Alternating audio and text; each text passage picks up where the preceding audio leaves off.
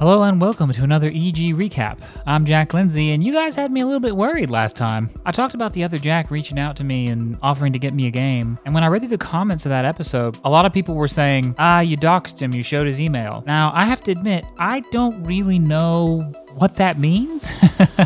I am not well versed in internet life, I guess you would call it. I didn't even have a Twitter before I started working at Exclusively Games. I use my real name anywhere I go, and basically any way that showing that email address could be harmful, it goes over my head. But I wrote to him and apologized. He wrote back and said, that's all right. If anyone comes looking for me based on that email, this is where I live. And he sent me a picture of what appeared to be the deck of an aircraft carrier. Now, some of you were asking which game I picked, and because I'm a games journalist, I had to go with Sekiro, since so many other games journalists have been talking about how unfair and how impossible it is. I think I want to test those claims out for myself. And I'm actually curious, you guys let me know in the comments, would there be any interest in me streaming this? Because I got some really good streaming equipment.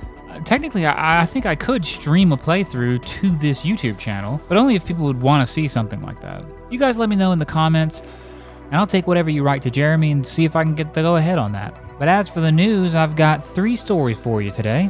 Up first, the Code Vein demo is now available. Then, the Children of Morta gets a new launch trailer. And a special non-news article that is a guide on the best way to play Mass Effect 1 on PC. And if you have any interest in Mass Effect 1 as a newcomer or revisiting it, you definitely want to check out that article. In our first story from Mr. Irwin, the Code Vein demo is now available. With a little less than 3.5 weeks until Code Vein finally releases after last year's major delay, now is as good a time as ever for Bandai Namco to drop a playable demo. In the demo, you can play around with character customization and make your anime-styled vampire just the way you like them.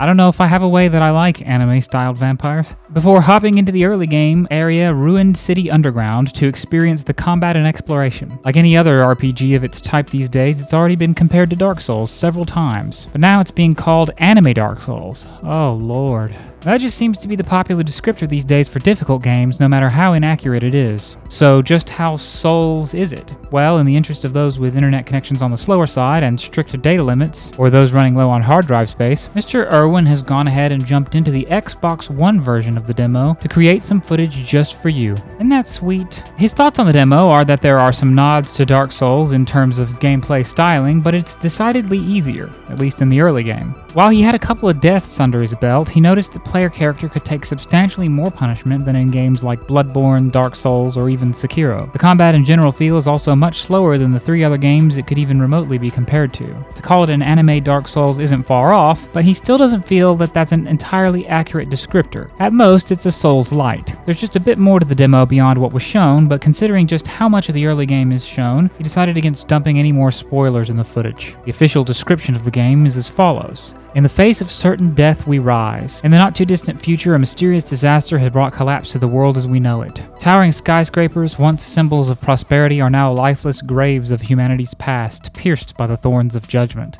That's not bad. At the center of the destruction lies a hidden society of revenants called Vein. That's actually pretty cool too. You know, just because it's anime, it doesn't mean it has to be terrible. The final stronghold is where the remaining few fight to survive, blessed with gifts of power in exchange for their memories and a thirst for blood. Given to the bloodlust fully and risk becoming one of the lost, fiendish ghouls devoid of any remaining humanity. Wandering aimlessly in search of blood, the losts will stop at nothing to satisfy their hunger. Team up and embark on a journey to the ends of hell to unlock your past and escape your living nightmare in Code Vein. Code Vein releases on September 27th for Xbox One, PlayStation 4, and PC via Steam. To be fair, I don't hate all anime. Mononoke, obviously, was a masterpiece. I seem to remember liking Berserk. Spirited Away, very, very skillfully done. And you can't go wrong with Akira. There really is good stuff out there. But for me, the vast majority of it,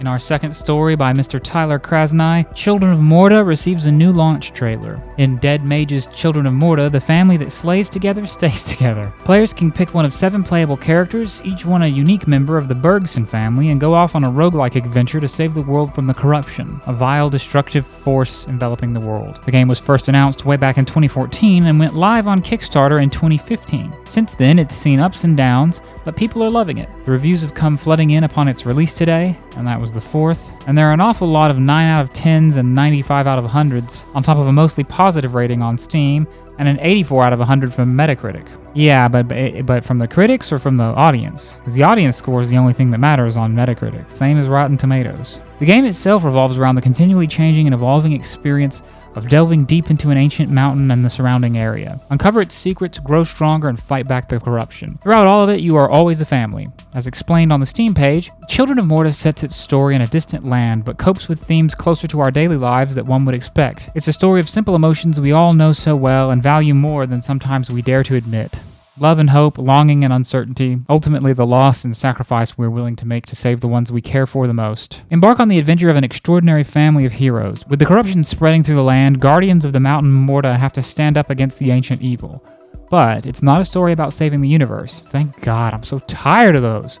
It's a story about a valiant family standing together while the world around them is being devoured by darkness. The game is also set to launch on PS4, Xbox One, and Nintendo Switch in the near future, but for now, anyone interested can pick it up on Steam, the Humble Bundle Store, or DRM free on GOG.com. But what is it with so many games? It's always about saving the universe, saving the world, saving the galaxy. Like the writers feel that's the only way they can get gamers to be invested. Like, well, they're just not gonna care unless the whole world's gonna blow up if they don't do something. I've never cared about saving the world, not once. It's always more fun to just explore the game world and explore the story threads within it, the characters, and it was more fun, for example, in The Witcher 3 to just be a Witcher and do Witcher's work. It was more fun in Skyrim to just go wandering the world and just climb mountains and delve into caves and ruins and find people out there, talk to them, and secrets, and steal a bunch of stuff. Didn't want to be a dragonborn, didn't want to be so tired of being the chosen one. Gee, that's not compelling. The chosen one. It was way more fun in the original Dragon Age to play out your character's origin stories and the politics and intrigue of that. If none of you have ever played that and you're thinking about doing it, I highly recommend Dwarf Noble for your background. I mean, a lot of them are really cool and fun, but that one is so much fun. I think it's the only one you get a threesome in. But then it, like all the others, it gives you that really fun starting scene, and then boop, you're the savior of humanity now. Ugh. Patronizing, if anything. Our third story is actually not a news story. It's a sort of a guide by Brian Schuchert. I think that's how you say that. Schuchert? Schuchert? It's a guide on the best way to play Mass Effect 1 on PC. And since it's showing up here in a recap, you know that means I found it particularly helpful. And I love to give shoutouts to our writers who give particularly helpful articles. Now, obviously, the first Mass Effect was an iconic gaming experience. And if you haven't played it, if you haven't checked it out, you absolutely should. But by now, it's dated, for sure. So what Brian has done here is written a comprehensive guide on how to soup this game up and bring it more in line with a modern experience. And you must do this if you like RPGs, if you like sci-fi, if you like hard sci-fi, if you like character-driven storylines. Sadly, yes, it is about saving the universe, but that's just inescapable. It's still great. So let's just get into this. He says, Mass Effect 1 is a classic action RPG from BioWare. For me and many fans, it's dripping with nostalgia, and the branching plotlines you can explore give it a lot of replay value. However, as an almost 12-year-old game, its visuals are surprisingly dated, even when compared with older games that came out around the same time. Thankfully, if you're playing on PC with the proper modifications, it can be made to stand proudly alongside its sequels to look like a modern game. In this guide, we will explore how to get the best experience out of Mass Effect 1. Step 1. Install the vanilla game and change the settings. This may seem obvious, but it's a crucial first step. You can purchase this game on Steam or Origin. If you purchase it on Origin, there are a few steps in this guide you can skip, but you'll get an identical experience upon completion. Once you download and install the game, run it and change the graphics settings to suit your needs. Set the resolution, use the left and right arrows to select resolutions not visible in the drop-down menu, and set all graphics settings to the highest available. If you wish to see what the vanilla game looks like as is, so you can be wowed by the improvements later, feel free to create a character and start the game, then close the game and proceed. It'd be faster to just watch it on some old YouTube videos, because if you do it that way, you're going to have to watch a bunch of cutscenes before you get to gameplay. Origin users must disable automatic updates for all games in Origin settings before continuing, or else Origin will revert the game back to its initial state once you install mods. Thanks, EA. To do this, open Origin and click Origin in the top left of the screen. then Application Settings. Under the Client Update section, uncheck the Automatic Game Updates option. If it's grayed out, it's off. Unfortunately, there isn't a way to turn off automatic updates for individual games at this point, so it'll affect all your Origin games. Step 2. Edit bioengine.ini file. Steam only. As a port from the console version, Mass Effect on Steam is locked to the texture resolution of the original release on Xbox 360. The level of detail is set fairly low due to the restrictions of the 360's hardware. To fix this, you must do some editing of the game's files. The Origin version of the game has already been fixed, so Origin users can skip this step. Now this is where you're definitely going to have to go and click on this article and check it out, because it's a fairly lengthy set of instructions, and there's no way I'm going to read them all out loud. This is what it would sound like. Texture LOD settings / texture group _ character equals min LOD size equals 1024 max LOD size equals 4096 LOD bias equals 0. Line and line and line after that, so just go to the article and you can find everything you need to find there. On Step 3, Steam only, you can get some free DLC.